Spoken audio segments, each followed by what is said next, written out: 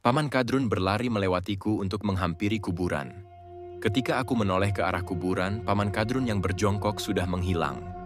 Karena teriakan Paman Kadrun tadi, Bapak dan beberapa orang lainnya terbangun. Mereka tampak kebingungan. Penut nyamar!" teriak Paman Kadrun.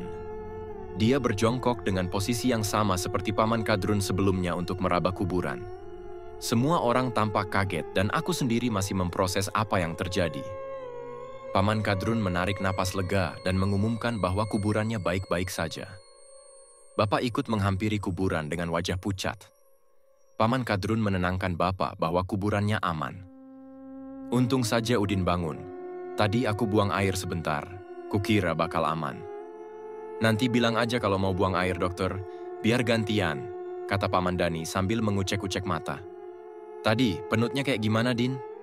Paman Dani menatapku penasaran. "Kayak Paman Kadrun," kataku. "Wah, bahaya." Paman Dani menatap Paman Kadrun. "Ini beneran Kadrun nggak?" Paman Kadrun berdiri. Bapak yang berada di samping Paman Kadrun ikut berdiri. Semua orang berdiri dan menatap Paman Kadrun. Suasana kembali berubah mencekam. Hanya saja, kali ini aku tidak sendirian. Semua orang sudah bangun. "Ya, ini Kadrun lah," kata Paman Kadrun sambil menunjuk diri sendiri. Sudah. Bapak mengajak Paman Kadrun untuk kembali duduk di tikar. Bukannya orang-orang zaman dulu bilang kalau penut nggak bisa bicara? Memang, penut bisa menyamar jadi siapapun, tapi tampilannya saja. Kalau mereka mengeluarkan suara, yang terdengar hanya suara serem. Semua orang mengangguk setuju. Mungkin karena mereka masih mengantuk dan capek. Paman Kadrun kembali duduk di tikar. Sisa malam itu digunakan untuk mendiskusikan kejadian tadi dan bagaimana menanggulanginya. Di sekolah, aku terus-menerus teringat dengan Paman Kadrun yang berjongkok di samping kuburan. Bagaimana kepalanya terkulai dan sarungnya yang tampak aneh. Apa benar itu penut? Itu artinya aku sudah melihat penut. Dan itu mengerikan. Ternyata penut bisa benar-benar terlihat seperti orang yang aku kenal. Bagaimana kalau suatu malam penut itu menyamar menjadi aku? Membayangkannya saja sudah membuat aku gemetaran. Sepulang sekolah, aku langsung membantu Bapak untuk menyabit rumput untuk sapi di hutan dekat rumah. Biasanya, aku melewati pematang sawah untuk pergi ke hutan. Tetapi hari ini, karena aku harus mampir ke rumah Nyai Sudi untuk mengundangnya datang ke rumah, agar bisa memijit ibu, aku lewat pinggiran hutan. Ketika melewati jalanan tidak beraspal itu, aku harus melewati rimbunan pohon pisang serta sebuah makam kecil kuno yang tidak diketahui pemiliknya. Aku tidak pernah merasa takut ketika melewati makam itu. Bapak bilang, makam kuno tidak pernah mengganggu orang-orang di sekitarnya. Namun hari ini, ketika aku melihat makam horor itu, bulu kuduku meremang. Tidak ada orang di sekitar. Dan aku kembali mengingat sosok penut tadi malam. Aku hampir melewati makam itu ketika mendengar suara orang memanggil. Aku kenal suara itu. Biasanya aku mendengar suara itu di rumah. Suara suami Kak Siseh. Tubuhku tiba-tiba membeku. Sabit yang kupegang di tangan kanan mulai tidak terasa. Keringat bermunculan di dahi dan punggungku.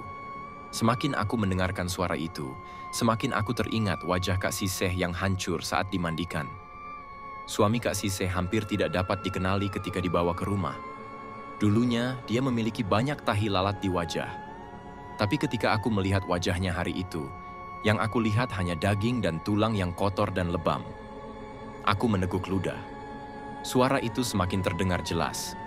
Seolah, kalau aku menoleh sekarang, aku bisa melihat suami Kak Siseh berdiri di belakang. Kata Bapak, kalau aku merasa takut, aku bisa merapalkan doa-doa yang sudah kuhafalkan. Namun saat ini, tidak ada satupun doa yang bisa kuingat. Kepalaku terus-menerus menampilkan wajah hancur suami Kak Siseh. Udin.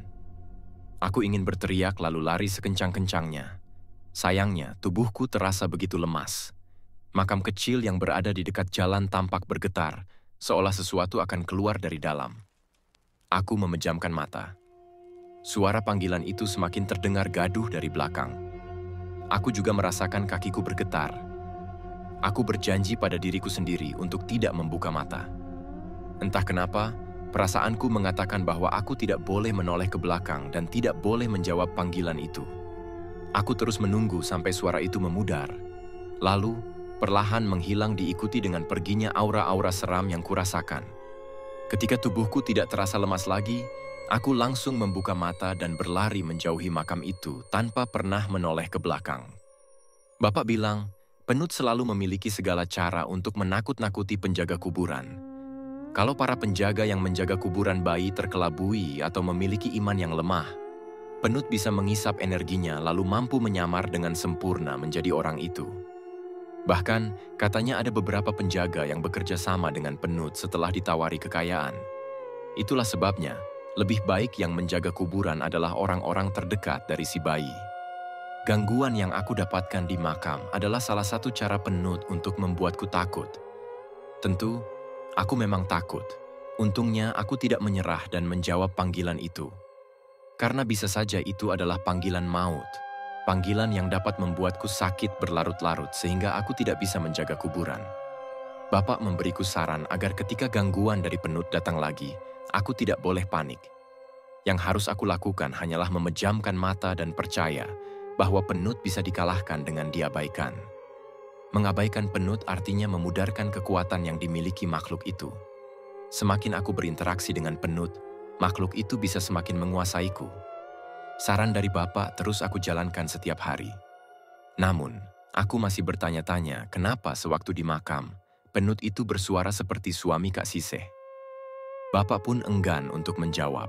Jawaban itu kudapatkan beberapa hari kemudian ketika menjaga kuburan keponakanku bersama Paman Kadrun.